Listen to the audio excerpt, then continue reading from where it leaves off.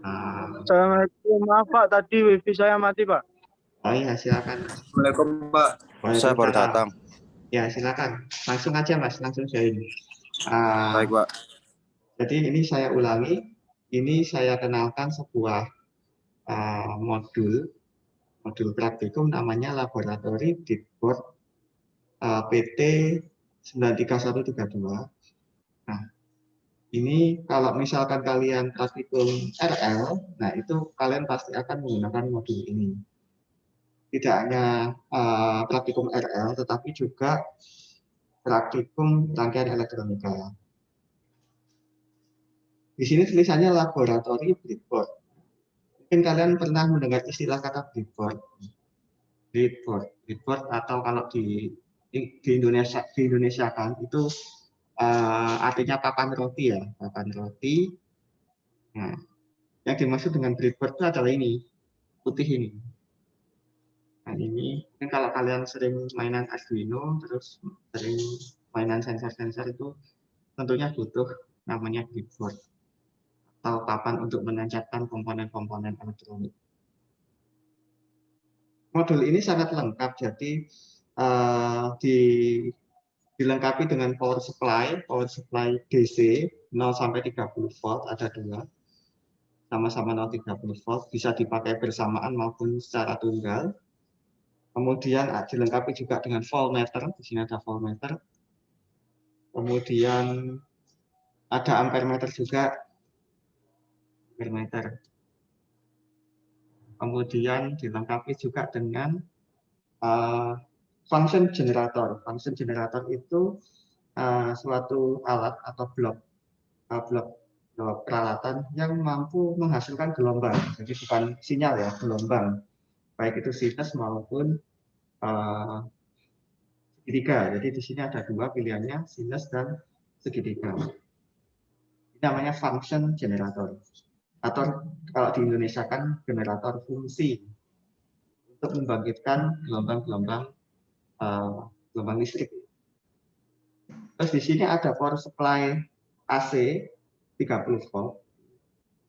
Ini power supply AC. Kalau yang tadi DC, yang di sini DC. Kalau yang hijau ini AC. Terus ini ada potensio 10 kilo dengan 3 kaki. Jadi nanti ini, kalau ingin menggunakan potensio ini harus dihubungkan dengan 3 kaki. Kemudian ada saklar on off, saklar on off, saklar on off. Kemudian ada saklar on off on. Jadi kalau gini off, ini on, off on seperti itu. Ada saklar push on. Kemudian ada potensio yang kedua. Ini dan ini sama. Kemudian fitur yang lainnya adalah kapasitor variabel. Jadi kapasitor ini kakinya dua, ini dan ini. Yang nilainya bisa diatur dari sini. Misalkan 1 nanofarad. Satuannya nano ya, di sini tulisannya nano. 1 nanofarad. Bisa 10 nanofarad, ini saya buat 0, ini saya buat 1, seperti ini. Kemudian fitur lainnya adalah buzzer dan speaker. Jadi ada speakernya, ada buzzernya. Ini digunakan untuk uji coba. Berarti secara umum kalian belum pernah melihat modul ini ya? Belum ya? Belum, Pak. Belum Pak. Baru kali ini Pak. Oke. Ini coba saya kenalkan sedikit-sedikit. Kita nggak ngomongkan modul dulu ya, nggak ngomongin modul dulu, tapi lebih mengeksplor alat ini. Jadi yang pertama harus kita lakukan itu sebenarnya bukan untuk menyelesaikan tugas-tugas dalam modul, bukan, tetapi memahami ini alat apa sih, alat ini tuh fungsinya untuk apa, fiturnya apa saja, dan dengan alat ini aku bisa ngapain aja, gitu. Nah, seperti itu. Oke, sekarang tripodnya saya taruh dulu.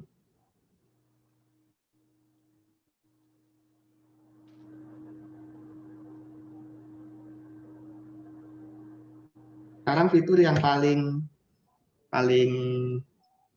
mudah adalah fitur power supply. Power supply ini sebenarnya sebuah adaptor yang mampu mengubah listrik AC menjadi DC.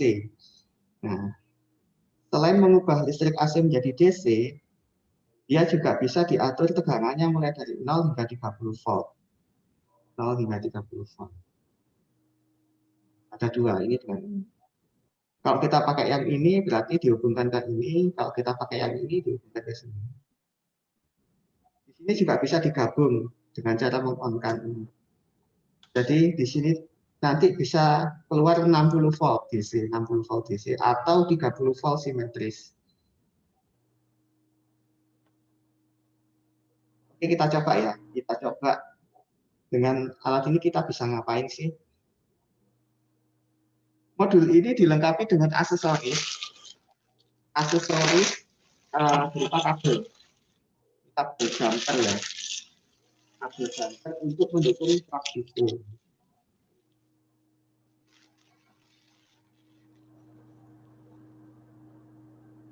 Bentar, ada satu perwakilan dari kalian, mungkin siapa, Mas Anvan, Mas Gilang, atau siapa yang di atas, coba turun ke bawah. Di ruang dosen teknik komputer. Di lantai berapa, Pak? Lantai dasar. Siapa? Ya, lantai dasar ya. Saya tunggu ya, biar ada perwakilan dari kalian yang mencoba. Iya, Pak. Ya.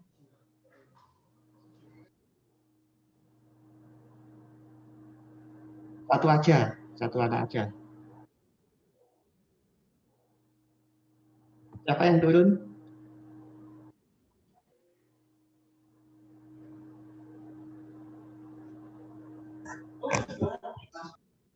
Arpan Pak yang turun Pak. Oh, Mas Arfan.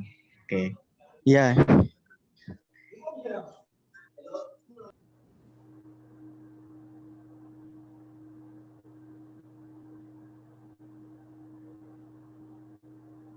Oke, sambil saya nunggu ya.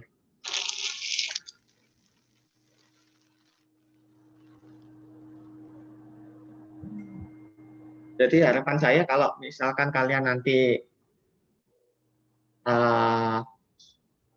ada kesempatan kita untuk melakukan praktikum, entah itu dengan satu atau dua orang anak, tidak masalah. Nanti bisa ini menggunakan alat ini. Minimal ada dari kalian yang bisa menggunakan alat ini.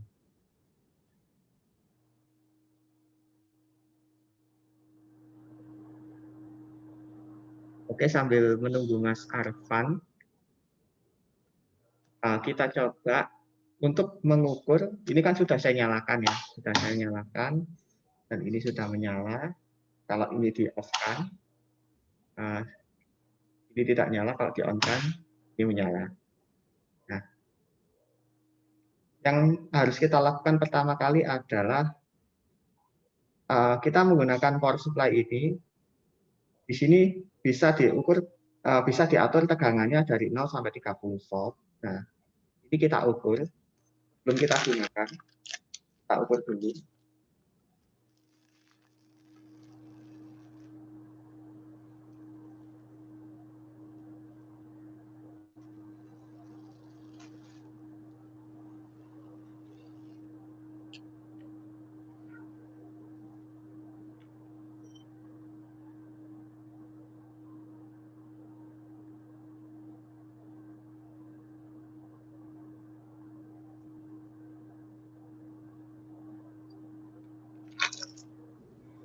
Nah, di sini saya punya dua kabel hitam dan kabel merah ya.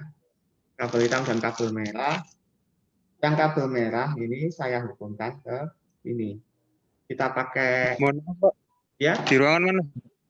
Oh, di ruangan ini, di ruangan dosen teknik komputer. Ada di lantai dasar. Iya. Tutupan, ya. buka aja. Ya, buka aja. Iya, Pak. Ya. Nah, di sini. Misalkan kita mau pakai yang ini ya. Misalkan mau pakai yang ini. Kita hubungkan positif ini. Lalu dihubungkan ke ini. Kemudian yang negatif ini. Ya, silakan Mas. Waalaikumsalam. Ya. Oke, silakan masuk. Ya. Kemudian dihubungkan ke sini. Nah, di sini kita coba putar sampai misalkan sampai 12 volt. Nah, mungkin bisa kalian lihat di sini jarumnya menunjuk sampai 12. Nah, ini ada teman kalian. Jadi, nggak bisa kabelnya, nggak muncul. Oke. Ada teman kalian, Mas Arfan dan Mas Gilang. Oke, selamat datang Mas Arfan dan Mas Gilang. Mestinya kita bikin podcast ya, tapi yang dibahas itu malah praktikum. Oke. Nah, Mas Gilang dan Mas Arfan sambil lihat ya. Atau kalau kalian capek ambil kursi, ya ambil kursi itu boleh, itu boleh. Nah, di sini kita bisa mengatur tegangan ini dari 0 sampai 30 volt. Bagaimana kita tahu 0 sampai 30 volt? Itu tahunya dari alat ukur ini. Alat ukur voltmeter ini. Misalkan ini saya butuh 5 volt. Cukup ini diputar sampai tegangan yang ada di sini 5 volt. Seperti itu. Ini adalah power supply tegangan DC yang bisa kita ubah-ubah sesuai keinginan kita. Nah, kapan kita perlu tegangan DC, Pak? Kapan kita perlu ini? Misalkan kita ingin menghidupkan sebuah lampu.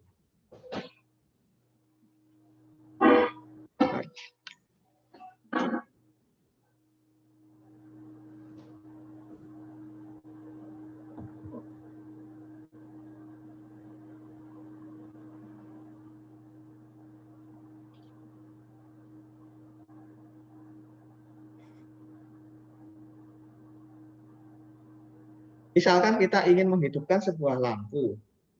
Kalian tahu ini adalah lampu DC 12 volt. Ini biasa dibeli di toko-toko listrik. Siapa penggunanya? Yang paling banyak menggunakan adalah bakul cilok, bakul pentol, tukang bakso, dan lain-lainnya. Umumnya menggunakan lampu model seperti ini.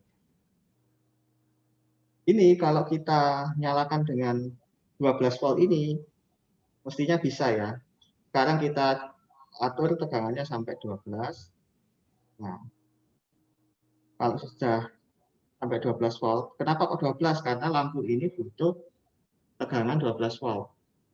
Sekarang saya suruh teman kalian untuk menghubungkan tegangan ini, menghubungkan power supply ini ke lampu. Nah, coba Mas Gilang ya, bisa nggak?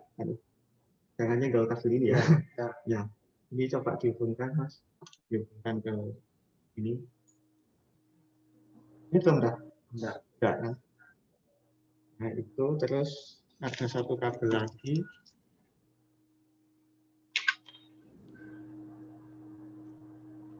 Dihubungkan ke demo masak, Mas. Demo masak. Ya. Nah, sekarang ketika kabelnya sudah dihubungkan ke lampu 12 volt ini, kita hubungkan ke power supply. Apa yang terjadi? Ini bisa ditumpuk ya, adik. Jadi meskipun ini colokannya cuma satu, bisa ditumpuk begini. Nah, seperti ini. Seperti yang kalian lihat, lampu ini bisa menyala dengan 12 volt DC. Ini menggantikan fungsi aki. Jadi kalau kalian lihat bakul cilok, bakul pentol, bakul papeda, bakul apa, mereka menggunakan lampu seperti ini dan menyalakannya menggunakan aki. Tapi di sini kita tidak perlu menggunakan aki, cukup menggunakan power supply DC 12 volt. Ini salah satu fungsi ya, fungsi yang paling sederhana, yang paling gampang. Bagaimana kalau tegangannya kurang dari 12 volt, Pak? Coba ini lampu ini didekatkan ke sini, Mas. Ya, didekatkan sini. Nah, sampai kelihatan jarumnya. Agak jauh dikit. Nah, segitu aja. Nah, sip.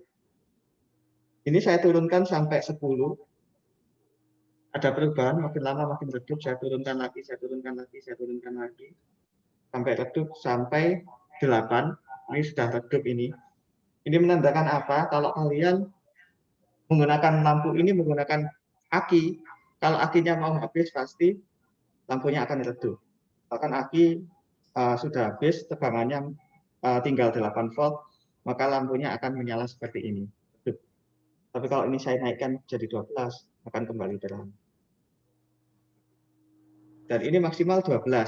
Kita nggak berani lebih dari itu, karena kalau lebih dari itu, bisa-bisa lampu ini rusak. Nah, ini contoh mainan sederhana. Jadi kita tidak bicara tentang modul praktikum, tapi kita bicara bagaimana cara kita memainkan alat ini. Kita bermain dengan alat ini. Nah, seperti itu. Sampai di sini ada pertanyaan. Ini Ya. kalau dilebihin dari 12, rasanya itu pecah apa enggak? Kalau ini dilebih dari 12, Sekarang mati. lebih ke mati. Kalau pecah enggak. Lebih ke mati. Misalkan ini tak tambahin 13 dikit ya. Gitu kan. Cuman saya nggak berani lebih dari ini karena bisa ini rusak. Itu Mas Arfan. Rusaknya cuma di lampu, enggak di ini. Kenapa Mas? Rusaknya cuma di lampu. Iya, rusaknya cuma di lampu. Kalau ininya enggak.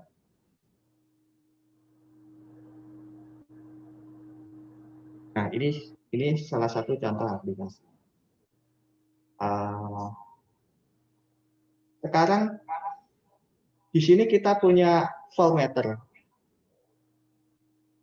Di sana ada ampermeter. Coba bisa ditunjukkan ke sana, Mas. Saya geser.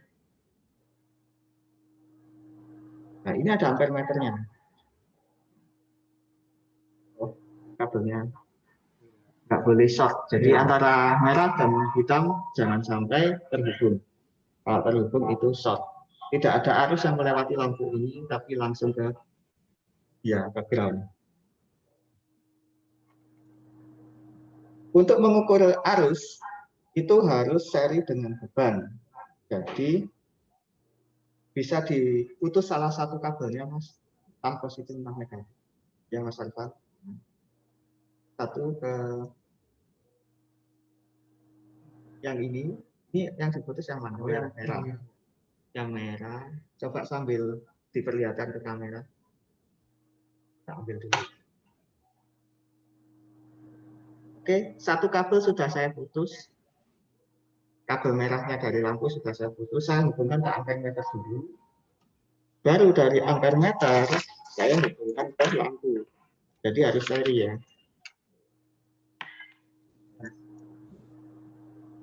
Gak ada yang hitam. Ini yang ini hubungkan ke yang ini. Ya, dari sini.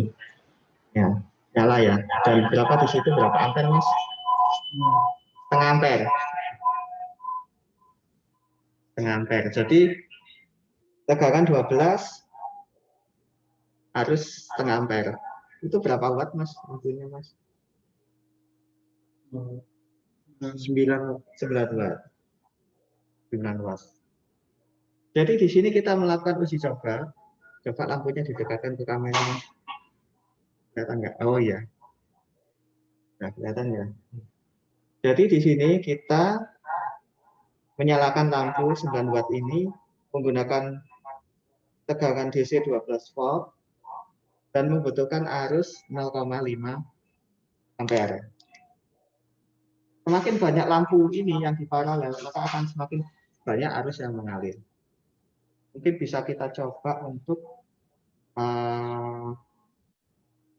memparalel ya, menambahkan lampu lagi. Sampai di sini ada pertanyaan. Jadi kita tidak sedang melakukan apa yang ada di modul praktikum, tapi lebih ke mencoba-coba alat praktikum.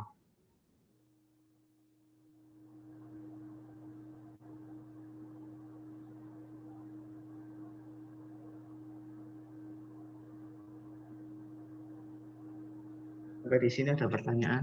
Mungkin karena kalian tidak berinteraksi langsung ya, jadinya agak bingung. Tapi paling tidak saya pernah mendemokan. Jadi kalau kalian nantinya ada kesempatan untuk praktikum, sudah tidak kaget lagi dengan modul praktikum ini.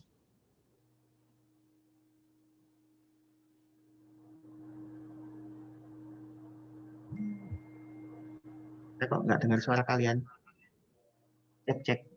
Dengar, Halo Pak, siap. Solo. Siap. Mendengarkan, Pak. Oke. Hadir, Pak. Ya, kalau bingung bilang ya, Pak, saya bingung di sininya, Pak. Saya bingung di sininya. Karena wajar kalau kalian bingung, karena kalian tidak sedang berinteraksi langsung. Ya, Pak. Ya, silakan Mas Arfan. Pakai kabel yang hitam, bisa ngalir apa enggak? Bisa. Jadi merah dan hitam ini adalah warna untuk kita kita membedakan aja. Karena kita membedakan aja. Mempermudah kita membedakan. Kita pakai ini, pakai kabel hitam ini boleh. Cepat kabel lepas itu yang merah. Jadi kabel ini sama aja kok, hanya warna aja. Kira yang merah ini positif. Nah, biasanya kita menggunakan kabel merah untuk positif. Nah, sama aja. Pun juga kalau kita menggunakan kabel kuning maupun kabel, karena ada kabel kuning ya, dan juga ada kabel.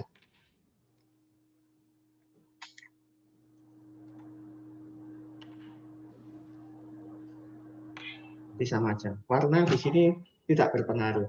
Itu hanya digunakan untuk kita mengingat bahwa oh ini kabel untuk positif, ini negatifnya, ini yang masuk ke ampere meter dan ini yang keluar dari ampere meter.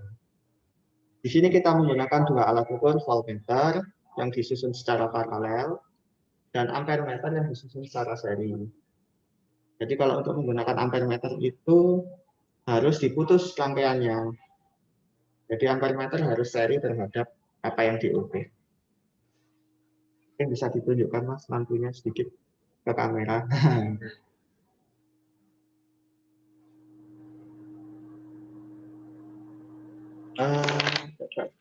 Kabel yang lain.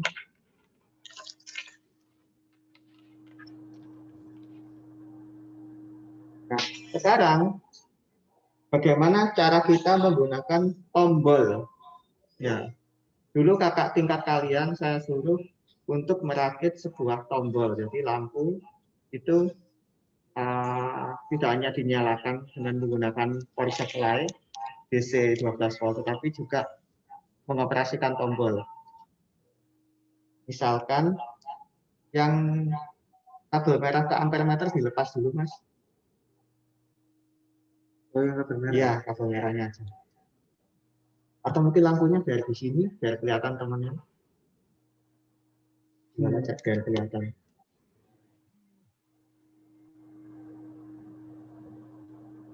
Mungkin kelihatannya agak ruwet ya kabelnya ya, tapi itu karena kalian tidak berinteraksi langsung. Tapi kalau kalian berinteraksi langsung, kalian akan paham.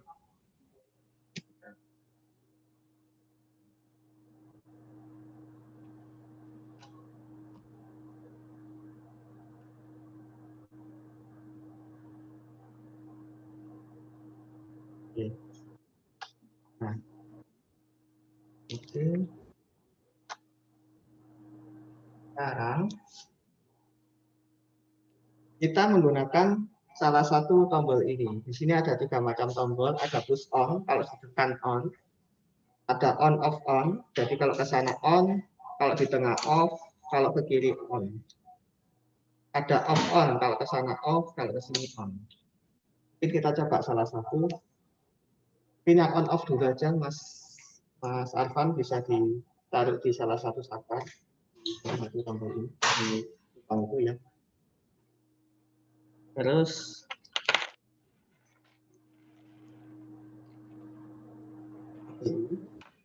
dari saklar ke ampere meter.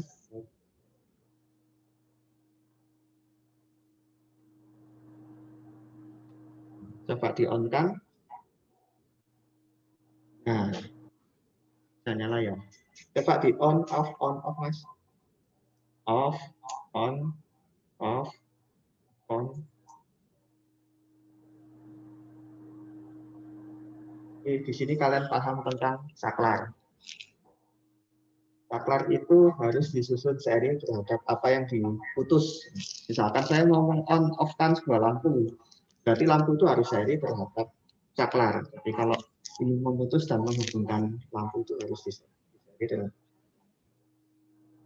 Sekarang dua kabel ini dilepas, diganti, masuk ke sini Mas, push on.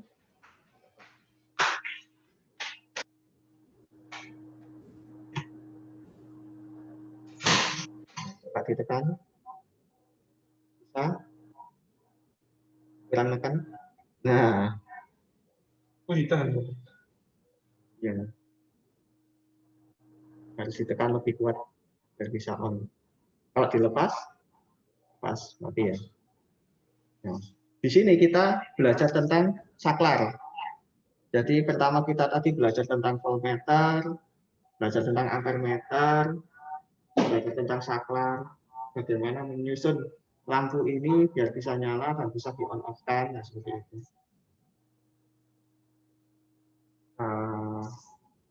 Tentu itu adalah dasar-dasar dari kelistrikan yang paling sederhana ya. Sekali lagi saya tidak bicara tentang modul praktikum, tetapi lebih bagaimana cara kita bermain dengan alat ini. Dengan alat ini kita bisa ngapain sih? Ini yang paling simpel, yaitu voltmeter, ampermeter, saklar, lampu.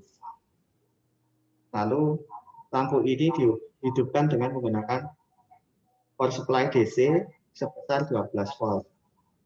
Ini diatur hingga 12 volt.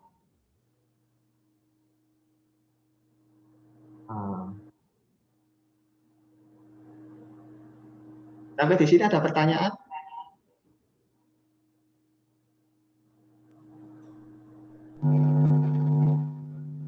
Belum, Pak. Untuk yang 3 gerbang itu di bawah itu untuk apa, Pak?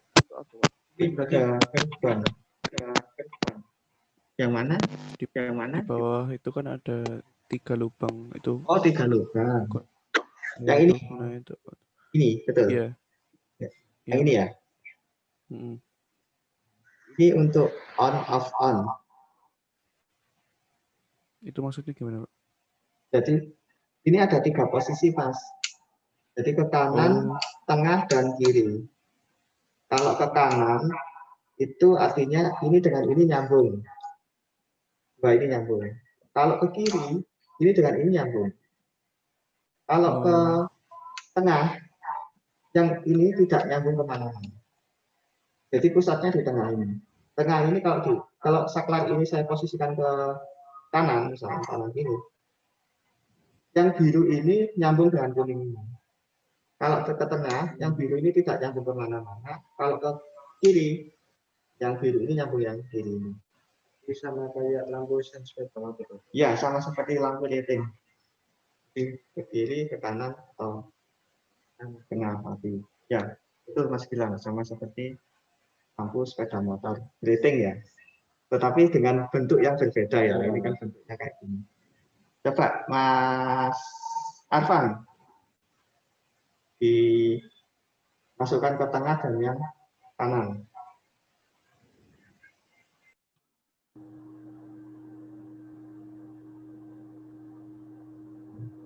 Sekarang diposisikan ke kanan, nah, nyala ya. Kalau ke tengah mati, kalau ke kiri mati karena tidak kemana-mana. Beda lagi kalau kanan dan kiri kita jumper. Nah, dihubungkan ke yang sisi sebelah sana. Di sini aja.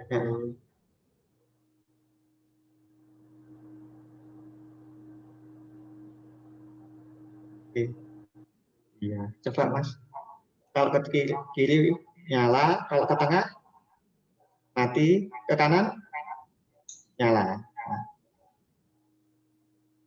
Kalau dari ini ya, Pak, terus dihubungkan langsung ke sini itu boleh sama saja. Jadi dari sini dihubungkan ke sini sama saja, karena ini satu bantaran sama. Boleh, misalkan ini saya takut ya.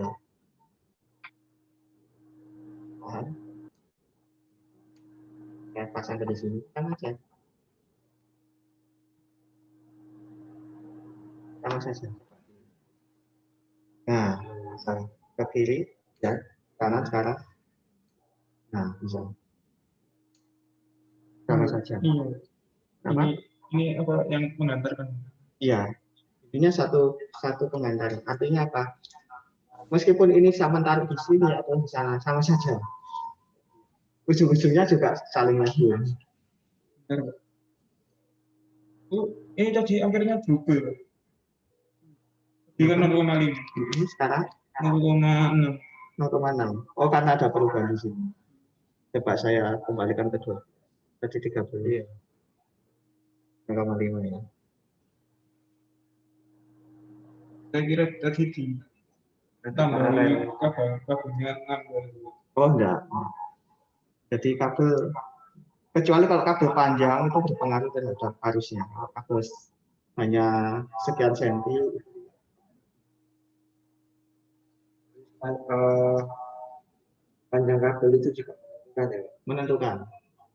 Tapi kalau dalam kisaran senti itu enggak pengaruh. Tapi kalau bermeter-meter, berkilo-kilo, apalagi DC, ngaruh mas. Contoh sederhana, kabel printer. Coba itu diperpanjang sampai berapa meter, komputer nggak akan detect. Karena arusnya akan turun. Itu contoh paling sederhana. Itu pun juga dengan ini. Cuman efeknya bukan not connect atau connect, tapi hidup gitu aja. Sampai di sini ada pertanyaan? Pak Edi, Ya, silakan saya Mas. penasaran sama yang bundar itu kayak gimana Pak? Yang bundar ini. Yang potensio itu Pak? Oh, yang potensio. Yang potensio ini ya. Iya Pak. Kalau potensio ini biasanya digunakan untuk pengenalan potensio. Jadi ini tidak bisa digunakan untuk dimmer ini.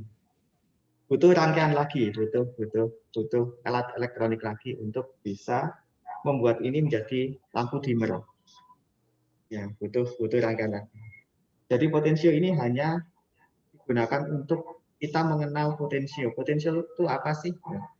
Seperti pertanyaannya siapa ya waktu itu ya? Mas Lutfi kalau nggak salah. Iya. Pertanyaan Mas Lutfi saya jawab dan itu mungkin bisa dipraktekkan dengan ini, dengan modul ini. Nah itu.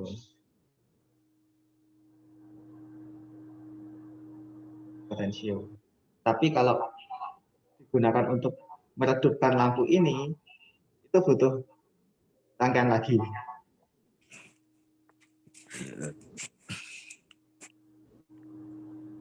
Walaupun bisa, itu tidak maksimal. Tapi nggak apa-apa, tidak ada salahnya kalau kita coba.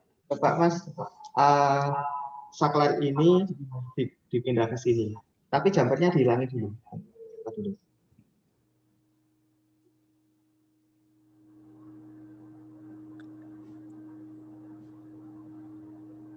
Nah, sekarang saklar ini diganti dengan potensio ini. Bisa, tapi mungkin hasilnya tidak maksimal. Karena sebenarnya perlu rangkaian lagi, coba ya. Tapi lihatlah apa itu perbedaannya. Jadi tidak linier.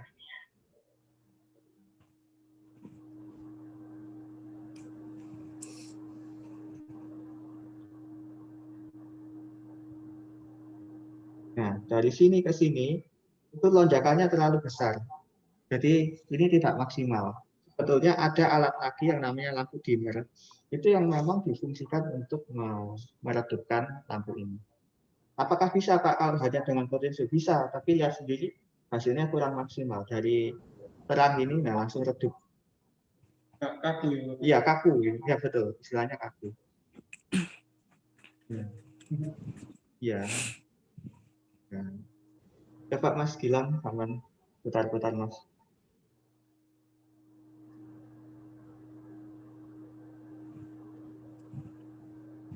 Nah, itu efeknya di situ. Bisa, tapi tidak maksimal. Langsung silau. Iya.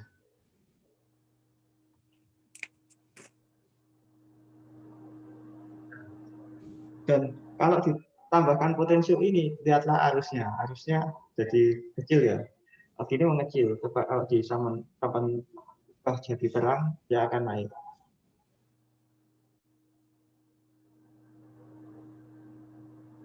Dia akan naik.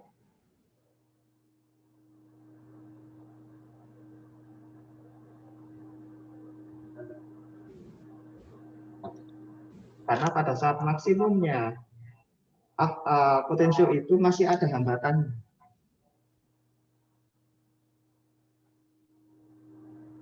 Supaya saya redupkan ya.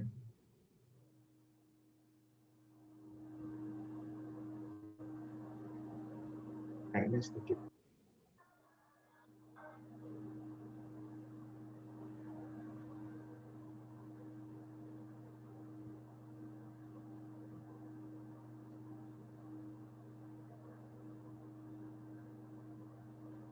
Kalau gini redup gini, ampere meternya pun juga akan turun. Kalau diterangkan gini, ampere meternya juga akan naik jaringnya. Artinya apa? Kalau semakin besar arusnya, semakin besar hambatannya, maka semakin kecil arusnya. Ampere meter pun akan menunjukkan hal yang sama. Kalau dia dihambat, makin banyak hambatannya, maka arusnya akan berkurang, dan ampere meter pun semakin kecil perubahan jarumnya. Tapi kalau semakin kecil hambatannya, maka arusnya makin besar, dan ampere meter pun akan menunjukkan jarum, menyimpangkan jarum yang lebih besar. Gitu.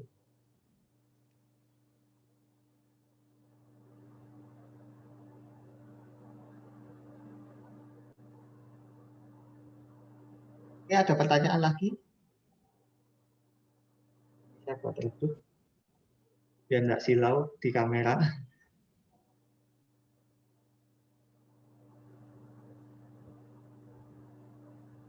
Ada pertanyaan lagi?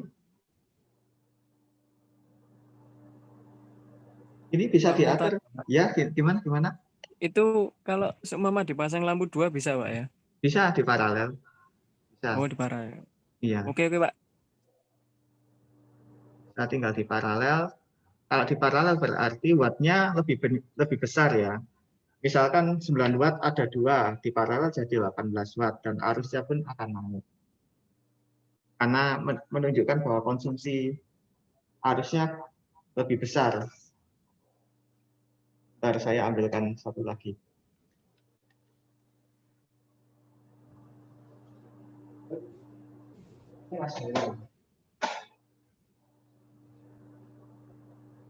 Paralel Mas Jaka. Nah ini temanmu sedang memparalel. Jadi ditutup. Iya. Tinggal ditolakkan di sini. Ini dicepit di sini, sama di sini. Nggak perlu nambah kabel lagi. Cukup ini aja yang ini. Cepit di sini. Berikutnya di penjepitannya. Yang ini saya pindah ke ini aja ya. Saya pindah ke on off aja ya.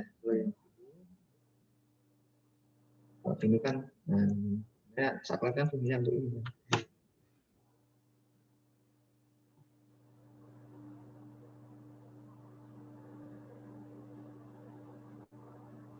Oke.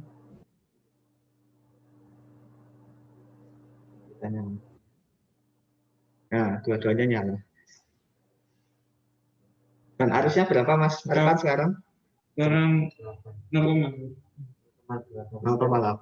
Kalau cuman satu gini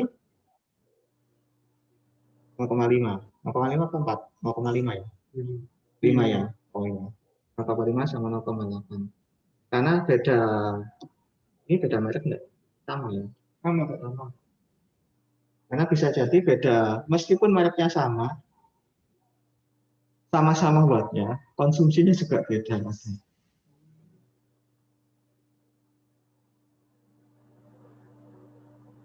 Kalau ini saya nyalakan cuma satu, harusnya berarti berapa tadi? 0,5 ya, kalau saya 0,8. Artinya kan nambah, harusnya nambah, karena konsumsinya 2 lampu, gitu. Jadinya nambah. Saya kira nambahnya jadi 1, Pak. Maksudnya nambahnya 0,5 tadi. Ternyata cuma nambah 4 ya 0,4. Nah, sekarang kita coba yang kita ubah yang di bawah ini. Yang ini yang kita standby kan. Ini kan 0, berapa itu? 0,4. Ini 0,8. Ini 4. Ini 8. Tapi intinya gini, semakin banyak lampu, makin arusnya makin besar. Konsumsi arusnya makin besar. Kadang kita mikir lampu 9 watt, konsumsinya sekian, ditambah 9 watt lagi, harusnya 2 kali lipatnya. Tapi kenyataannya tidak seperti itu. Karena memang meskipun lampunya sama, mereknya sama, wattnya sama, terkadang konsumsi arusnya beda. Ini tadinya, Pak. Iya, akhirnya itu yang Saya mau tanya Pak, kan saya juga sering dengerin lampu motor kan, Pak. Variasian ya. Nah itu banyak orang variasian itu bilang, oh dikasih relay aja biar tegangannya nggak terlalu besar. Itu apa efek kalau dikasih relay? dikasih relay. Sebetulnya itu ada perkataan yang terpotong. Dikasih relay aja. Relay itu kan sebenarnya sebuah saklar yang dihubungkan, sebuah saklar yang dikendalikan oleh arus listrik kan sebenarnya. Mungkin dalam bayangan orang yang maksud dari si tukangnya itu, arus yang untuk menyalakan lampu itu jangan untuk menyalakan lampu, untuk menyalakan relay aja. Nah, relay itu meng-on-off-kan arus dari sumber lain yang mungkin lebih kuat, lebih stabil, atau lebih apa dan sebagainya. Itu yang betul.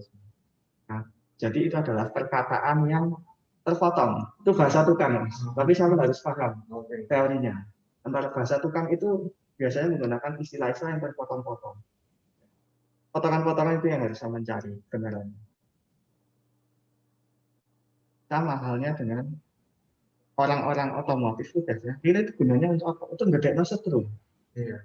Pasti akan bilang seperti itu, tapi itu salah kaprah, bukan seperti itu. Yang dimaksud ngedekno setrum itu, setrum yang biasanya untuk lampu misalkan, itu tidak untuk lampu, tapi untuk relay saja, sehingga relay nanti bisa meng-on-off-kan lampu dari sumber lain yang lebih besar. Yang betul itu seperti itu. Relay itu untuk mengatur. Iya, relay itu pengatur. Nah, hanya saja kita di sini tidak punya barangnya. Kalau punya barangnya, bisa saya demokan gitu. Ini kasihan kawan-kawanmu yang ada di rumah ini, pastinya penasaran dan pengen kesini, tapi kasihan. Iya, Pengen Pak, pengen. Ya Pak, saya pengen Iya, Pak. menjadi Pak. Iya Pak. Pak, minta Pak pulang. Bingung di rumah ini, Pak. Tahu itu saya ke kampus Kapan itu kalau hari pulang? ini. Iya Pak. Marco menang aja. Ya, karena ya gimana lagi ya, kita demi keamanan. Tapi paling tidak, ini ada temanmu perwakilan yang nantinya bisa bercerita. Iya Pak, harus bisa bercerita Pak. Atau kalau pada saat praktikum mereka juga harus bisa ngajari kalian. Ngajari. Dan kalian akan terpacu untuk belajar lebih, kan harus ngajari temanmu. Nah, ini adalah kesimpulan hari ini. Kita belajar voltmeter, ampermeter, saklar, dan lampu. Dan lampu yang kita gunakan adalah lampu yang biasa dipakai oleh tukang bakul cilok, bakul bakso, bakul apapun lah yang di malam hari itu. Yang kalian doyan jajan di malam hari, pentol atau cilok atau apa itu ya. Pasti mereka menggunakan lampu model begini untuk dihubungkan ke aki. Nah, di sini kita tidak perlu aki karena kita punya power supply DC yang bisa mengubah listrik 220 menjadi tegangan DC sesuka kita. 0, 1, 2, 3, 12, 9, 18 bisa kita atur sesuai keinginan kita. Nah, terus apa lagi ya? Sampai di sini ada pertanyaan. Sebelum saya ganti materi. Jadi ini nanti saya bersihkan, kemudian akan saya ganti dengan modul yang lain. Lanjut Pak. Lanjut ya, oke. Kita bersihkan dulu ya. Bentar ya kawan-kawan, ini kita bereskan dulu. Kabelnya dicopot aja semua. Terus ini kan.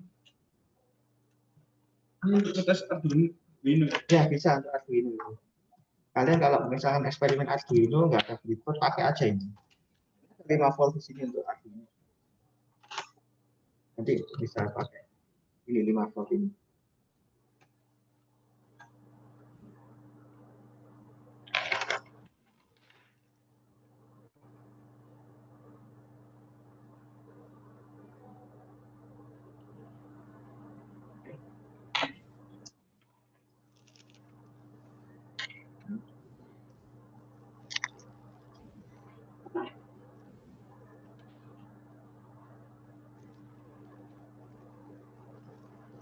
Ini bisa minta bantuan dirapikan, Mas. Dimasukkan ke plastiknya lagi. Terus Mas bilang bisa minta bantuan ini dipinggirkan ke sana.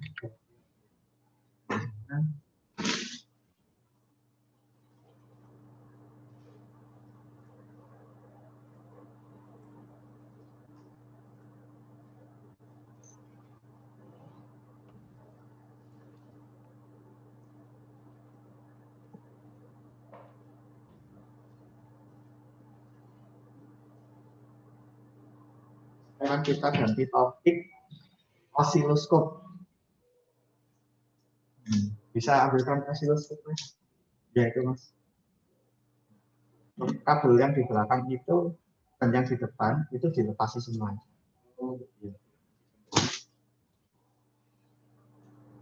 Dulu pernah pakai itu, Pak. Belum pernah pakai osiloskop ya? Cuman belum paham, Pak. Belum paham. Oke. Sambil kita hubungkan dengan mata kuliah sinyal dan sistem ya, karena sebenarnya mata kuliah sinyal dan sistem itu kalau di kurikulum ya kalian langsung bicara tentang rumus, tapi sebenarnya itu bisa kita pahami dengan menggunakan alat ukur osiloskop ini. Jadi kita bermain dulu sebelum ngitung rumusnya itu dulu nanti, biar kenal dulu.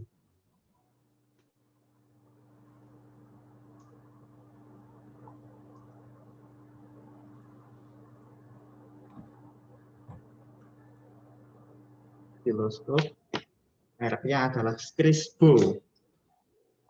Bisa dilihat mereknya ya, Crispo.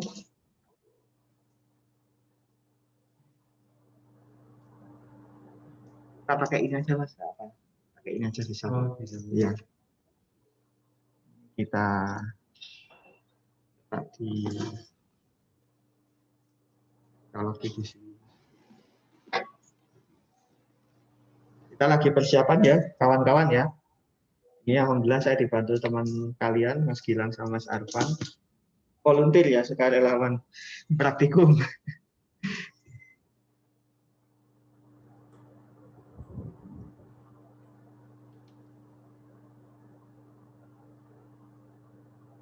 Ini yang belakang dulu aja, Mas. Ya, dulu digantiin. Alat ini harganya kisaran 8 jutaan.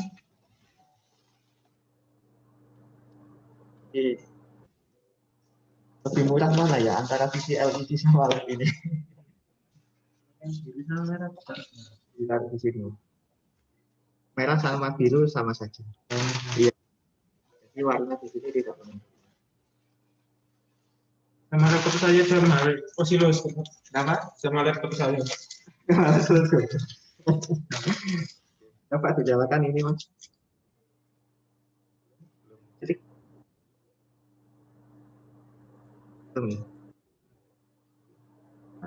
apa di belakang ada? Oh, ini ternyata di belakang ada. Oh, ada. Oke. Sekarang kita paskan angle-nya.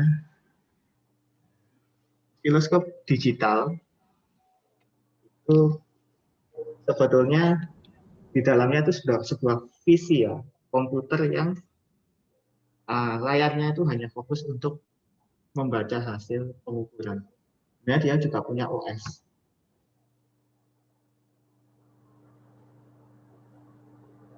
Ada yang belum pernah mainan osiloskop? Sudah semua ya di mata kuliah fisika ya? Ambil. Udah Pak. Tapi Alhamdulillah. Sudah Pak, tapi bingung. Ambil, Pak. kayak detak jantung Pak. Ya, betul. Jadi begini adik-adik, osiloskop itu di berbagai bidang ilmu namanya beda-beda. Tapi konsepnya sama. Misalkan osiloskop ini ya, ini ada di mata kuliah, ada di bidang ilmu fisika, elektronika, itu menggunakan osiloskop. Jadi dia sifatnya general purpose, multifungsi. Beda dengan kedokteran. Kalau kedokteran khusus untuk EEG, ECG, dan sebagainya, sinyal otak, sinyal jantung. Dan itu adalah osiloskop yang hanya difungsikan untuk kedokteran. Gitu. Sama sebenarnya, prinsip kerjanya sama. Tetapi menu khususnya itu hanya diperuntukkan untuk itu. Beda dengan osiloskop yang kita punya, ini lebih general purpose, tapi prinsip kerjanya sama. Nah, sekarang osiloskop ini kita coba review ya. Jadi kita review. Ini sebenarnya punya dua channel 1 sama channel 2. Channel 1 ini masuknya ke sini, bacanya yang ini biru. Ya, jadi ini channel ini warnanya biru, bacanya yang ini biru. Yang channel ini kuning, bacanya yang ini. Nah, kita hanya perlu menggunakan satu channel dulu aja, tidak perlu dua. Jadi ini kita lepas, kemudian yang dua ini kita off-kan. Biasanya, ini kalau satu ini kita off-kan, jadi dua-duanya bisa di-on-kan. Tapi kita cukup satu aja, yang kuning aja kita off-kan. Yang biru. Pak, gambarnya kepotong. Gambarnya kepotong. Oh, sorry. Oke, saya masukkan. Nah, seperti ini. Jadi saya ulangi. Osiloskop ini Crispo tipe sekian yang ada di kampus ini punya dua channel 1 sama channel 2. Channel 1 ini warnanya biru, bacanya di ini, yang biru ini. Channel 2 bacanya yang kuning. Channel 2 ini kuning, warnanya kuning. Bacanya juga di sini kuning. Lampunya juga kuning. Kalau meng-off-kan tinggal kuning. Yang nomor 1 ini warnanya biru. Tapi di sini lampunya hijau. Kita off-kan. Jadi kita nggak boleh berdebat antara biru dengan hijau ya. Itu rasis itu. Nanti biru down. Oke.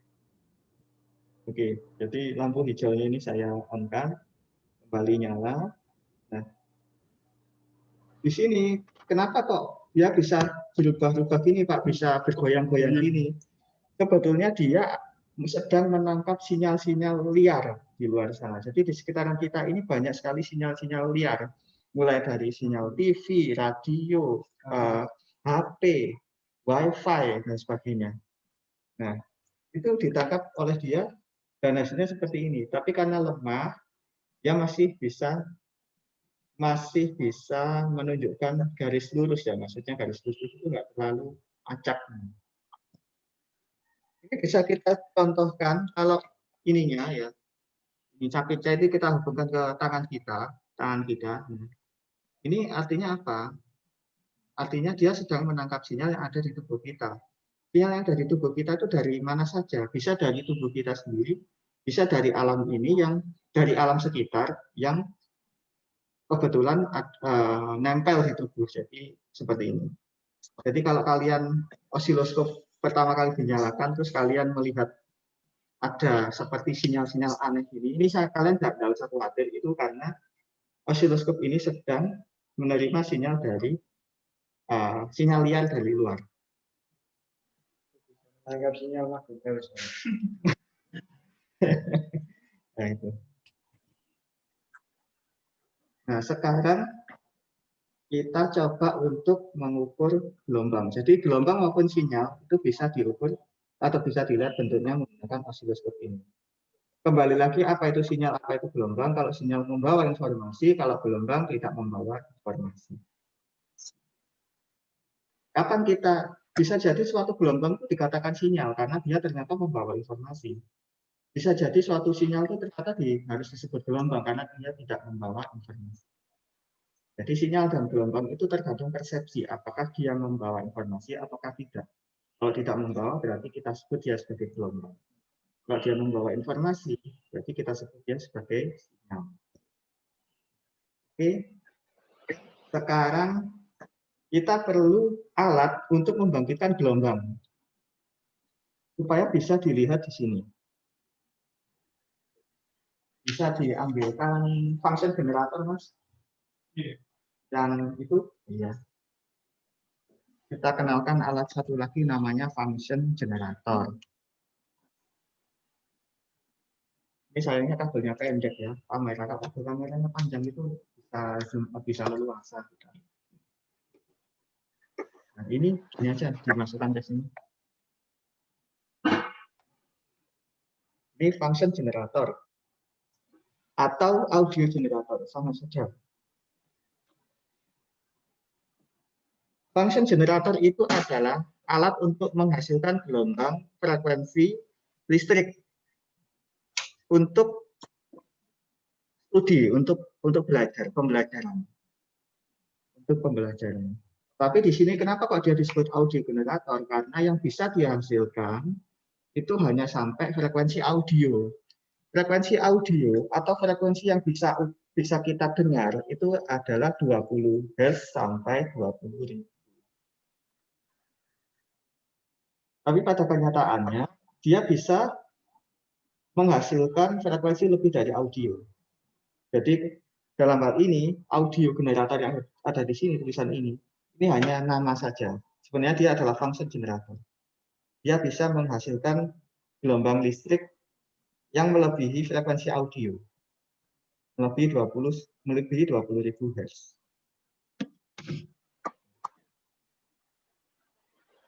Sekarang kita coba untuk membuat 50 Hz. 50 Hz, jadi di sini ada pengaturan pemilih bentuk gelombang, ada persegi, square wave, ada sinusoidal atau sinus wave, sine wave, ada segitiga, triangle wave, ada gigi gergaji atau sawtooth, ada lagi PWM.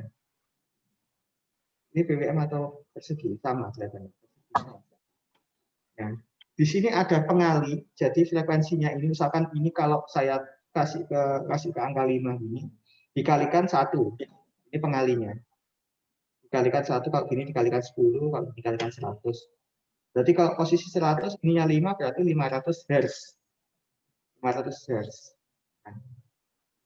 Dan bentuk gelombangnya adalah sinus, bisa persegi, bisa sinus, bisa segitiga, bisa sawtooth, bisa persegi juga. Ini sama.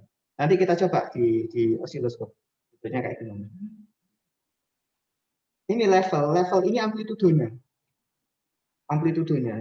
Dan ini perkalian amplitudenya. Kalau di sini dikali 1 kali 20 milivolt peak to peak. Kalau ini 10 dikali 20 milivolt peak to peak. Jadi nanti bisa dihitung sendiri. Nah, sekarang kita coba ini di 5, ini di 5, ini di 100. Maaf, saya buat 10 aja, jadi biar 50 Hz dengan bentuk gelombang sinus. Nah. Jadi saya ulangi, bentuknya sinus dikali 10 kali 5, 50 Hz. Kemudian 5 kali 10, 50 volt peak to peak dikali 20, berarti 100 milivolt peak to peak. Nah, ini outputnya. Dari sini dihubungkan ke osiloskop. Gelombang itu untuk apa sih Pak, pembangkit gelombang? Coba kalau kalian tahu radio AM dan FM. Misalkan FM 100 atau 100 MHz suara Surabaya. 100 MHz dapat dari mana?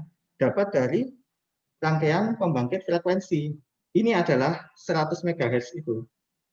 Cuman sayangnya dia tidak bisa sampai mega, hanya sampai kilo untuk kebutuhan praktikum. Tapi kalau yang sesungguhnya, yang untuk broadcasting, dia harus bisa kisaran megahertz. Jadi dia bisa digunakan untuk membuat gelombang. Jadi ini buat pemancar pun bisa. Alat ini. Oke, kita coba Mas. Ini kelihatannya perlu, ya perlu kabel tadi Mas. Hitam sama merah ya. Nanti dicepitkan di sininya.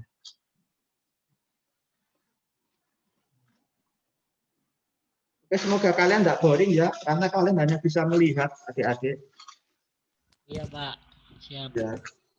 Semoga kalian tidak boring.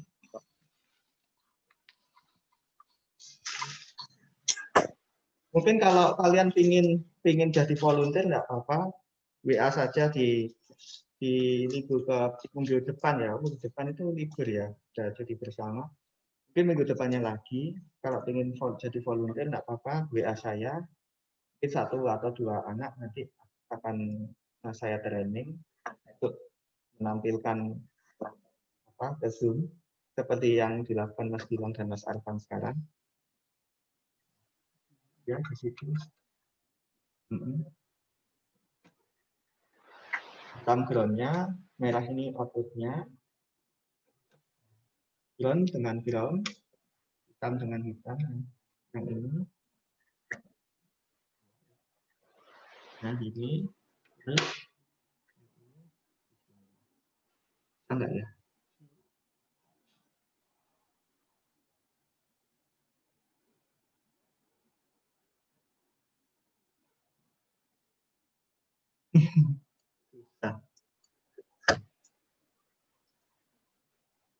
Nah, bisa Mas.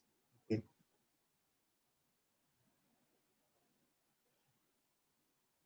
Nah, di sini mulai muncul sinyal, kita tombol auto, potong ya.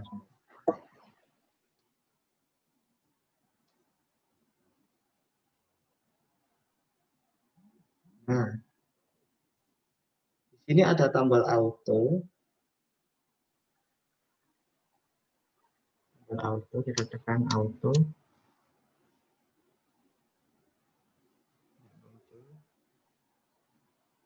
Kita mainkan.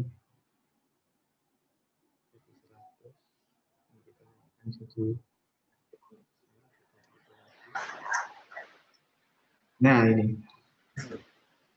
ini adalah bentuk gelombang apa adik-adik? Ada yang tahu bentuk gelombang apa? Sinus. Betul, sinus. Kalau ini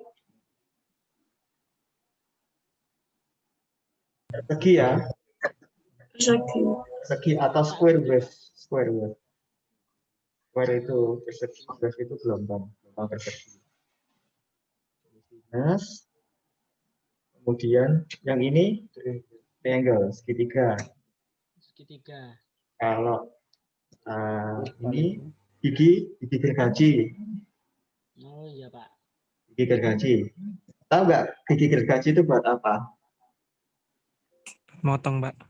Iya, motong. Ya kok. Definisinya Kak Mulyana. Ya, ini ada istilah. Jadi sinyal gigi gergaji itu ada di kehidupan sehari-hari. Contohnya adalah TV analog. Jadi kalau kalian nonton TV yang antena biasa, yang bukan berlangganan parabola itu ada sinyal gigi gergaji yang dihasilkan dari pemancar untuk memberi info kepada TV mana atas, mana bawah, mana kiri, mana kanan, sinkronisasi. Jadi gambar atau video itu sebenarnya tidak mudah untuk dipancarkan, tidak mudah sekali. Jadi selain dipancarkan gambar, warna, ada sinkronisasi. Sinkronisasi itu berisi informasi mana atas, mana bawah, mana kaki, mana kepala, mana kiri, mana kanan. Sinyal gigi gergaji pada TV tabung itu digunakan untuk membelok-belokkan sinar elektron ya. Jadi kalau kalian lihat TV tabung itu di belakangnya ada seperti gumpalan, itu berfungsi untuk membelok-belokkan berkas elektron sampai memenuhi sebuah layar, dan layar itu bisa mengetahui mana atas, mana bawah, mana kiri, mana kanan. Nah, dengan sinyal gigi gergaji. Itu sekilas tentang gigi gergaji. Kalau yang sinus, contoh yang paling sederhana adalah PLN ya. PLN itu bentuk gelombangnya adalah sinus. Segala sesuatu yang keluar dari motor, generator atau apapun itu outputnya adalah AC dan berbentuk sinus.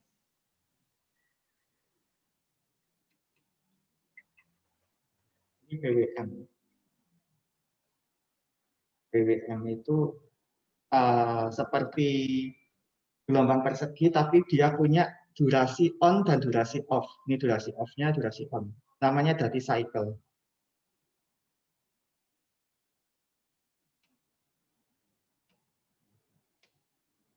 Jadi sebetulnya kalau kita mau praktikum itu kita nggak langsung ujuk-ujuk baca buku praktikum, mengerjakan tugas, enggak. Tapi kalian harus bermain. Itu apa sih, ngapain sih, fiturnya apa sih?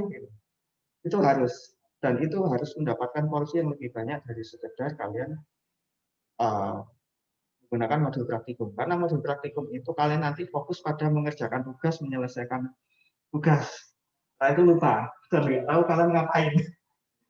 Nah, kalian harus bermain dulu. Intinya kalian harus bermain dulu. Aku ini ngapain sih? Alat ini tuh buat apa sih? Yang di kehidupan sehari-hari ngapain sih? Setelah itu dapat, kalian baru bisa memahami praktikum itu sebenarnya untuk apa. Oke. Sampai di sini ada pertanyaan dengan dua alat ini.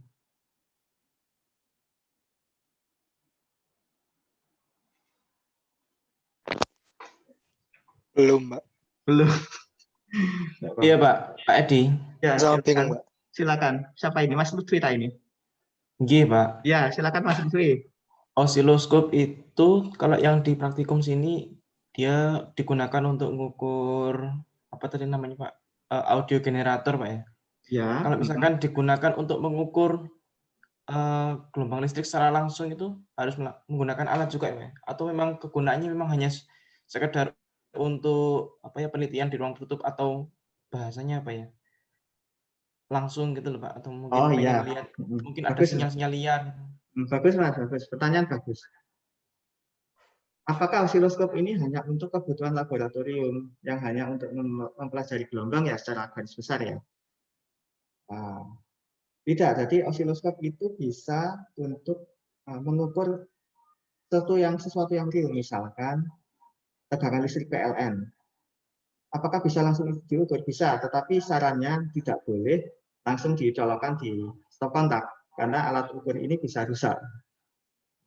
Dengan menggunakan trafo dulu, diturunkan dulu tegangannya jadi 6 volt atau 12 volt, baru bisa diukur. Bisa. Minggu depan akan saya peragakan, saya akan bawa trafo. Nah, dari trafo itu kita bisa melihat tegangan PLN. Tetapi trafo itu fungsinya hanya untuk menurunkan tegangan aja. Kalau sudah turun, baru bisa kita ukur. Tapi kalau masih 220, kita ukur, kasihan alat ukurnya. Karena alat ukur ini juga punya batas maksimal tegangan berapa dia mampu untuk menerima. Bisa Mas, untuk PLN bisa. Oh, berarti kalau misalkan hanya sekedar mengecek, misalkan ya Pak, ada pelanggan yang mengeluhkan gelombang listrik di rumahnya itu mungkin nggak stabil, sehingga alat-alat elektroniknya itu banyak yang rusak mungkin, atau tidak bisa beroperasi. Kalau misalkan memang bahasanya lebih expert itu, ya bawa alat ini ke tempat situ, langsung ngecek itu apakah gelombangnya stabil atau enggak, nanti kan bisa dideteksi Pak ya? Ya, bisa Mas. Sangat bisa Mas, sangat bisa. Ya. Contoh yang paling sederhana gini Mas, nanti akan coba saya peragakan, kita mengukur gelombang yang ada di PLN dengan menggunakan trafo. Dalam waktu yang bersamaan, di stop kontak yang berbeda, saya menyalakan bor listrik. Gitu. Nah itu bor listrik itu juga menghasilkan noise, dan itu bisa mengganggu peralatan listrik di sekitarnya.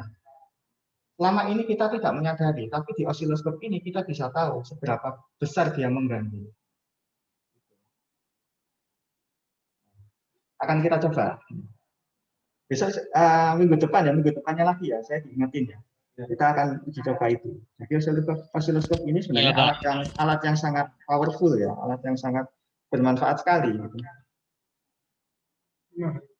Mahal. Contoh aja Pak, contoh satu aja Pak. Oh iya. Ya, kan biasanya ya gimana? Rumah itu. Yang contoh kayak pertanyaannya Lutfi itu Pak. Ya. Contoh saja. Ini nggak tahu benar apa enggak. Contoh dekat rumah kan kayak ada apa konstruksi gitu ya Pak. Ya gimana Mas? Contoh satu itu kayak depan rumah kita kan ada konstruksi rumah. Ya. Terus ada kayak alat apa gitu kayak bor terus gergaji mesin. Gitu. Dari jarak berapa meter atau gitu masih bisa kedeteksi osiloskopnya Pak? Masih Mas, masih. Walaupun kayak kehalang kayak apa tembok gitu sama ya semacam masih. Tapi kecil gitu ya Pak? Ya, karena dia noise-nya itu tidak mengalir melalui udara maupun getarannya itu tidak, tetapi dari kelistrikannya itu sendiri. Jadi gelombang sinus PLN itu begitu kita kasih beban induksi kayak bor gitu. Bor itu mengeluarkan noise dan bisa mengubah yang semulanya sinus, gelombang PLN yang semulanya sinus itu bisa berripple, ada tinggi-tingginya itu. Nah, tinggi-tingginya. Nah, itu yang bisa merusak peralatan. Tetapi peralatan saat ini itu sudah canggih-canggih Mas. Jadi sebelum masuk ke rangkaian itu ada namanya anti-storing. Jadi kalau kalian membongkar peralatan dari colokan listrik itu pasti masuk ke sebuah trafo dan kapasitor. Itu fungsinya untuk menghilangkan itu. Tetapi ada juga peralatan yang tidak anti-storing ya. Jadi kalau ada orang nyalakan bor, nyalakan gergaji, itu akan berpengaruh ke peralatan. Contoh laptop saya itu Asus yang tipe X berapa itu, kalau saya sedang laptopan, apalagi sedang nyolok ke listrik, terus di tetangga depan saya itu sedang menyalakan beranda, itu layar di LCD saya langsung gelap-gelap. Jadi itu sudah sering terjadi. Nah, tapi beda laptop juga beda. Jadi kualitasnya yang mungkin memang kurang ya. Mungkin kalau laptop yang agak bagus mungkin. Saya dulu pun pakai TV tabung. TV tabung itu ya. ada telepon pakai Nokia dulu Pak. Iya. Itu langsung noise Pak. Oh, langsung noise. Iya. Oh iya. Berarti itu dia nyerangnya bukan di listriknya tapi di sinyal antenanya. Oh. Iya. Iya. Iya Pak. Permisi Pak Ade. Ya, gimana Mas? Berarti bisa saya simpulkan kenapa kok alat-alat seperti komputer yang menggunakan CPU itu dia menggunakan arus DC daripada arus AC, Pak. Mungkin karena arus DC itu bisa diolah on off-nya itu maksudnya dia bisa dibuat lagi gelombangnya, sedangkan kalau AC itu memang dasarnya dia itu arus yang sudah berubah-ubah gelombangnya. Ya, betul Mas. Arus DC itu lebih mudah untuk direkayasa. Mengapa demikian? Karena rata-rata komponen elektronik bekerja pada arus DC. Jarang sekali komponen elektronik bekerja pada arus AC. Kalaupun ada itu mungkin hanya keluar dari resistor kayak teriak-teriak, SCR, IGBT, dan itu tidak banyak orang yang mengeksplor di situ. Tapi kalau DC ada transistor, ada IC, ada sebagainya, itu bisa memanipulasi, bisa merekayasa berbagai macam sinyal hanya dengan sebuah tegangan DC. Betul apa yang Saman katakan. Jadi lebih menguntungkan, tapi juga punya banyak kelemahan. Biasanya kelemahannya hanya kalau ditransmisikan, kena hambatan tertentu, habis sudah. Tapi kalau AC itu masih bisa.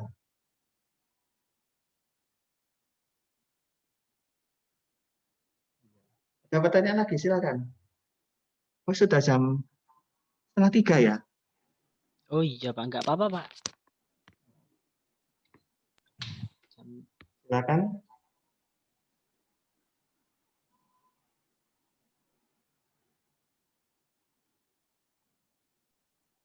Aman Pak. Aman. Oh. Ya, silakan Mas. Auto itu buat kalibrasi ya? Yang mana? Auto untuk menemukan setting terbaik. Untuk menemukan setting terbaik. Jadi semua osiloskop digital pasti punya fitur auto. Ini fungsinya untuk menemukan setting terbaik. Jadi sebenarnya osiloskop itu sebetulnya di settingnya manual, Mas. Misalkan ini. Nah, coba saya ini misalkan di sini ada setting scale. Nah, seperti ini. Nah, scale-nya ini. Kadang kalau misalkan kita mencari ini itu susah ini. Susah banget, apalagi untuk sinyal-sinyal yang lemah. Tapi dengan adanya fitur auto ini, tinggal ditekan aja, sudah mencarikan solusi terbaik. Oh, dengan sinyal segini, volt VPP-nya segini, itu sebaiknya volt per diff-nya sekian, kemudian time per diff-nya sekian, terus tingginya ini sekian, nah seperti itu. Jadi sama dia dicarikan posisi terbaik sehingga kita enak untuk membaca. Berarti kalibrasi ya? Yang dimaksud kalibrasi bukan itu. Kalibrasi itu gini. Ini dilepas dulu. Kita coba kalibrasi. Ini. Iya, dilepas. Dilepas semua. Dimasukkan ke ini.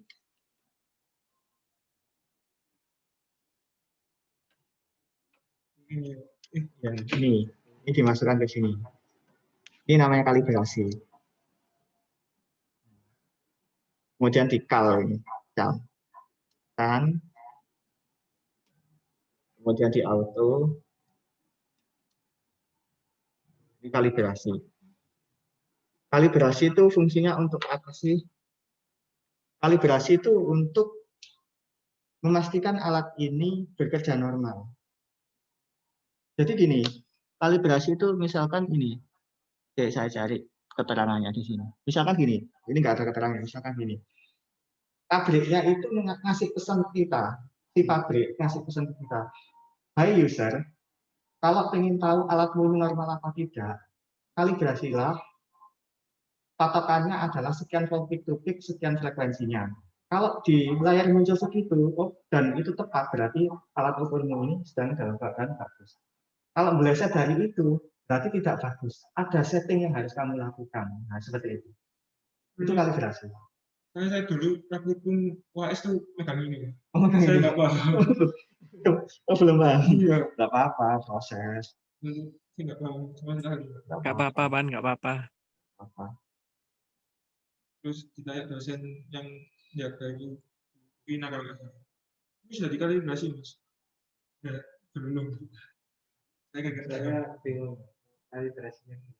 Kalibrasi cukup tekan aja kalibrasi. Ini dia sudah otomatis mencarikan setting terbaik. Kalau misalkan dia meleset, dia mengkalibrasi sendiri. Tapi kalau yang lama itu ada yang potensial diputar-putar sampai nilainya itu sama dengan yang tertera di body di badan ini. Jadi kalau yang apa itu analog itu yang lama ada keterangan di bodinya. Sekian volt peak to peak, frekuensinya sekian dari cycle sekian. Kalau sama dengan itu, berarti tidak bagus. Kalau nggak sama, diputar lagi sampai sama. Namanya barang elektronik, lama dipakai pasti kan ya agak umurnya kan ya. Dan itu mempengaruhi hasil pembacaan, hasil tampilan ini. Itulah sebabnya dikalibrasi.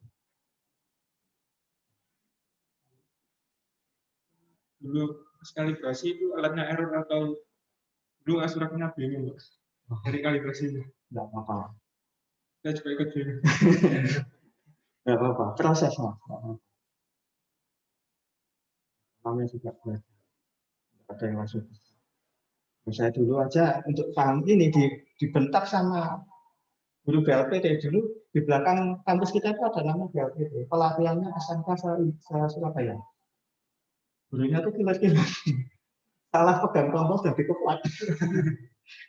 Dan belum zaman digital, masih analog, masih pakai tabung, nggak full color gini, bentuknya kayak film apa ya, kayak film-film gitu loh, yang jadul-jadul gitu loh, persis lah.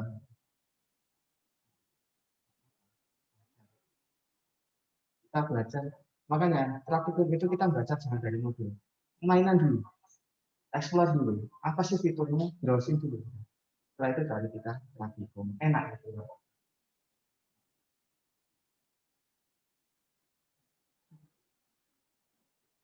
Oke, ada pertanyaan lagi sebelum saya akhiri? Karena sudah sore ya. Iya. Iya Pak, nggak kerasa Pak. Oh iya Pak. Ya gimana? Berarti tadi yang jenengan bilang kan katanya ada osiloskop yang zamannya jenengan kan masih hitam putih, sekarang udah berwarna. Ya. Berarti ini kaitannya dengan ya Pak. Kalau zaman dulu kan prosesor sebelum dia memiliki banyak core, memiliki banyak inti, berarti dia hanya fokus pada proses dari sebuah komputer. Kalau yang sudah berwarna berarti dia ketambahan proses apa namanya ini? Mengolah warna. Ada RGB ini kan berarti kan juga ada ketambahan sinyal baru, Pak. Berarti gini Mas, gini. Ini teknologi osiloskop lama itu tidak dibangun dari komputer. Jadi kalau osiloskop yang baru ini dibangun dari komputer. Dia punya OS. Tapi kalau osiloskop lama, dia sebetulnya sama seperti TV tabung. Sama seperti TV tabung kalian, tapi dia tidak punya tuner. Tuner itu apa sih? Tuner itu untuk menangkap gelombang siaran dari TV, stasiun TV. Dia tidak punya tuner, dia hanya punya input. Nah, dia hanya punya input, dan layarnya itu tidak didesain untuk menerima gambar, tapi lebih ke bentuk sinyal. Dan layarnya itu digarisi, ada garisnya, ada skalanya. Nah, seperti itu intinya. Sama seperti TV tabung kalian, kalau kalian punya TV tabung. Jadi prinsip kerjanya persis nggak jauh beda dengan TV tabung. Tapi kalau osiloskop yang model sekarang, zaman now ini terbuat dari komputer. Jadi dia punya OS. Tapi saya tidak tahu OS-nya apa, tapi yang jelas dia adalah komputer. Dia juga bisa booting. Dia juga bisa nyimpen USB. Dia juga, dan ini juga bisa nyimpen gambar loh ini. Tinggal dicolok ke USB. Ada kok USB. Iya, ya USB. Ya. Tuh. Jadi kesimpulannya, osiloskop zaman sekarang itu terbuat dari komputer, tapi kalau osiloskop zaman dulu itu terbuat dari TV tabung. Prinsip kerjanya mirip TV tabung. Tapi tabungnya kecil ya, tidak sebesar TV. Kalau TV kan ada 14 in, 16 in, 21 in. Itu enggak, cuman berapa inch ya? 4 inch atau berapa ya? Ya sekitar 4, enggak sampai 4 in, 3 inch. Ya segitu. Itu Mas Lutfi. Iya, Pak. Ya, semangat belajar Mas Lutfi. Semangat Iya, Pak. belajar. Selalu. Ya. Semangat Lutfi. Semangat. Ini Wayuda. Ya. Oke, ada pertanyaan lagi? Silakan sebelum saya akhiri. Saya absen ya, saya absen. Ya, Pak, absen dulu. Duduk dulu, capek loh. Benar, saya absen dulu ya. Ini sesi terakhir adalah absen. Panca tidur. Iya. Panca tidur. Ini aja. Yuk, ke dadapan yuk. Yang kameranya enggak usah ya. Bentar, saya absen dulu. Mas Irfanza tadi ya, saya dengar suaranya tanya tadi. Mas Dimas Mahendra. Hadir, Pak. Hadir, Pak. Oke, Hadir. Mas Dimas. Mas Yuda hadir. Mas Luis Hadir, tadi Pak. izin. Mas Luis tadi izin. Mas Akila. Hadir, Pak. Hadir. Hadir ya. Akila hadir. Saya hijaukan dulu. Mas Ilham Fauzanahar. Mas Ilham. Ilham. Oh, ada ini. Ya. Hadir. Oke, Mas Elang. Oh, ini ada ini namanya. Hadir, Pak. Ya, Mas Diko. Mas Diko sekarang. Mas Diko. Mas Diko. Hadir ya. Mas Rizky Anuba. Mas Rizky Rasan tadi izin. Anu Pak, katanya mati lampu Pak. Di grup. Oh iya. Oke, saya Iya. gunakan. Konslet katanya. Mas Taufik.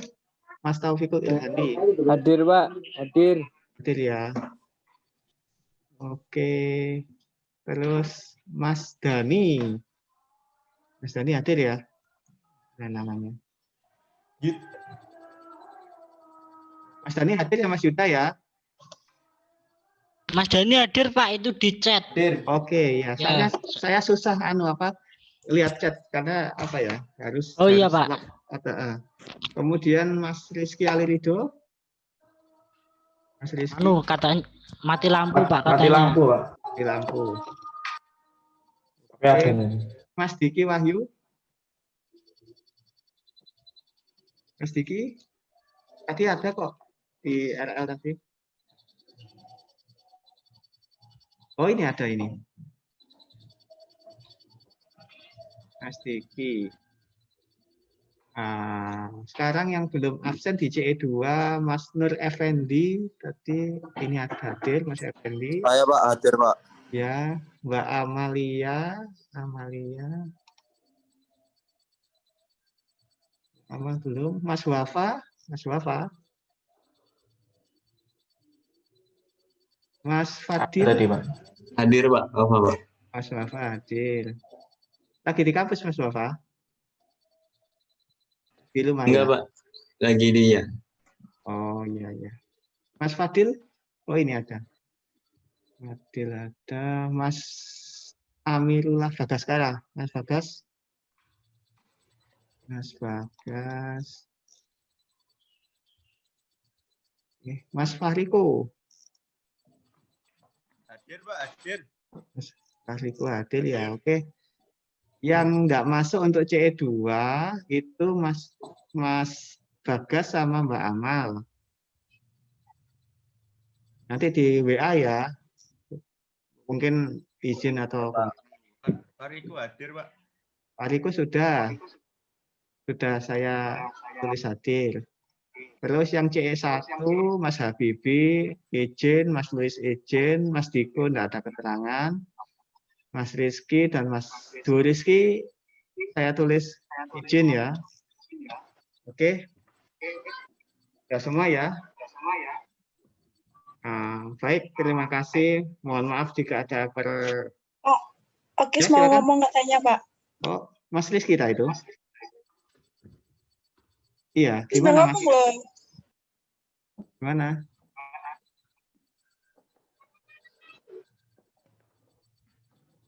Ya rek, nek ngomong-ngomong. Silakan. Oke, saya ditanya Pak, katanya Pak Edi mau minta relawan, terus dia katanya mau Pak. Gitu. Oh mau, oh iya silakan. Ya, kalau minggu depan itu libur ya, minggu depan ya. Berarti adanya tanggal 5. Tanggal 5 nanti WA lagi ya. Tanggal 5, sebelum tanggal 5. Nanti saya tunggu di ruang dosen teknik komputer. Ya, biar gantian saya sehari ini kan Mas Gilang sama Mas Arfan, besok ganti, besok lagi ganti gitu aja ya. Ya. Siap. Biar gantian. Oke. Makasih banyak ya. Saya akhiri ya. Ya Iya, Pak, Oke. siap. Assalamualaikum warahmatullahi wabarakatuh. Waalaikumsalam warahmatullahi wabarakatuh. Terima kasih Pak, sehat selalu. Terima kasih banyak, Pak. Terima kasih, Pak. Sehat selalu, Pak. Panjang Halo, umur. Halo, guys. Saya masukkan. Beril. Makasih, Pak. Jogja iki mesti gambare aneh-aneh.